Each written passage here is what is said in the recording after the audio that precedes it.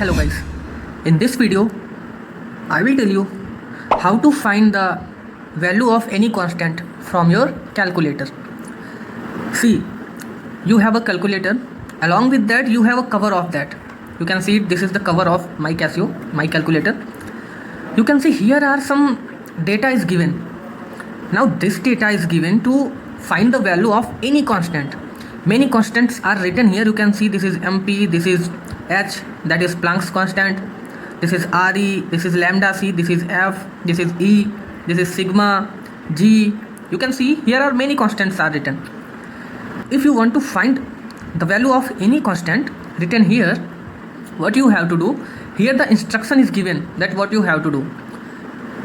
Let's suppose we want to find the value of this H. H means Planck's constant. So we want to find the value of this Planck's constant. What we have to do, just press constant in your calculator. Here you can see this button is of constant. Here written as constant. So I am pressing constant. Now what you have to do, simply press that number which is written along with this H. You can see here is written 06. Okay, so you have to press 06.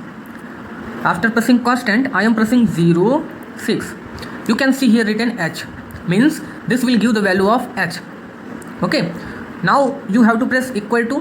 When you will press equal to, you can see the value of H is 6.62 into 10 to the power minus 34. This is the exact value of H. So now by this you can find any constant. Suppose we want to find the value of this E. This E is the charge on electron. So just press on again. After pressing on, again press constant, and this E is written at the number 23. So we have to input there 23 after constant. After constant, input here 23. After inputting 23, you can see E is written here, means this will give the value of E, that is charge on electron. This will come around 1.6 into 10 to the power minus 19. So pressing equal to, you can see 1.602 into 20 to the power minus 19. And so by this way you can find any value of any constant.